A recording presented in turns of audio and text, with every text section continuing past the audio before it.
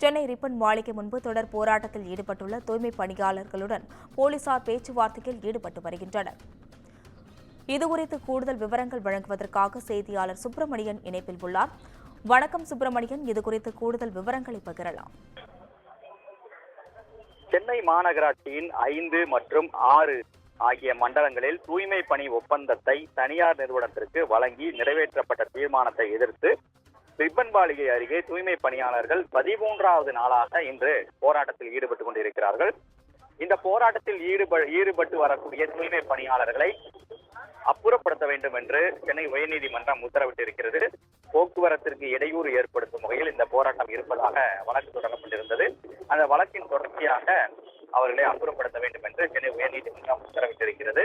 போராட்டம் நடத்தக்கூடிய இடத்தில் போராட்டம் நடத்திக் கொள்ளுங்கள் என்றும் சென்னை உயர்நீதிமன்றம் தெரிவித்திருக்கிறது. அதன் அடிப்படையில் தற்போது போலீசார் போராட்டத்தில் ஈடுபட்டு வருபவர்களுடன் பேச்சுவார்த்தை என்பது நடத்தி கொண்டிருக்கிறார்கள்.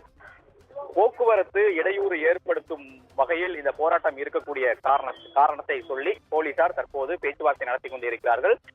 முழுமையாக போராட்டம் நடத்தக்கூடிய அந்த ரிப்பன் மாளிகையுடைய நடைமேடை பகுதியில் கயிறு கட்டி போலீசார் சாலையில் யாரும் வராத வகையில் போராட்டக்காரர்களை ஒரு இடத்திற்குள் கொண்டு வருவதற்கான முயற்சியில் தற்போது ஈடுபட்டுக் கொண்டிருக்கிறார்கள். நீதிமன்ற உத்தரவை மேற்கோள் காட்டி போராட்டத்தை கைவிட்டு கலைந்து செல்லும்படி போலீசார் தரப்பில் அறிவுறுத்தப்பட்டுக் கொண்டிருக்கிறது.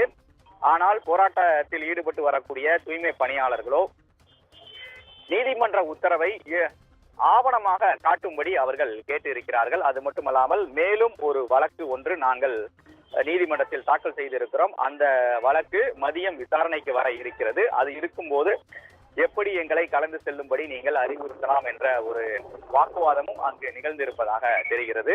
அது மட்டுமல்லாமல் போராட்டம் காரணமாக கூடுதலான போலீஸ் பாதுகாப்பு என்பது குவிக்கப்பட்டிருக்கிறது. நீதிமன்ற உத்தரவின் தொடர்ச்சியாக கீழ்ப்பாக்கம் துணை ஆணையர் தலைமையிலான போலீசார் இங்கு பாதுகாப்பு பணியில் ஈடுபடுத்தப்பட்டிருக்கிறார்கள். முக்கியமான சாலையில் தான் இந்த போராட்டம் என்பது நடந்து கொண்டிருக்கிறது. அருகிலேயே சென்ட்ரல் ரயில் நிலையம், ராஜீவ்காந்தி அரசு மருத்துவமனை, அதே போல நீதிமன்றத்திற்கு செல்லக்கூடிய பாதை, சென்னை காவல் ஆணையர் அலுவலகத்துக்கு செல்லக்கூடிய பாதை என அனைத்து பாதைகளும் இந்த சாலையை தான் பயன்படுத்த வேண்டிய சூழல் இருக்கக்கூடிய நிலையில் தான் இந்த போராட்டத்தில் ஈடுபட்டு வருபவர்களை அப்புறப்படுத்துவதற்கான முயற்சியில் போலீசார் ஈடுபட இருப்பதாக தெரிய வந்திருக்கிறது. தொடர்ந்து பேச்சுவார்த்தை என்பது மேற்கொள்ளப்பட்டு வருகிறது. விவரங்களுக்கு நன்றி சுப்பிரமணியன்.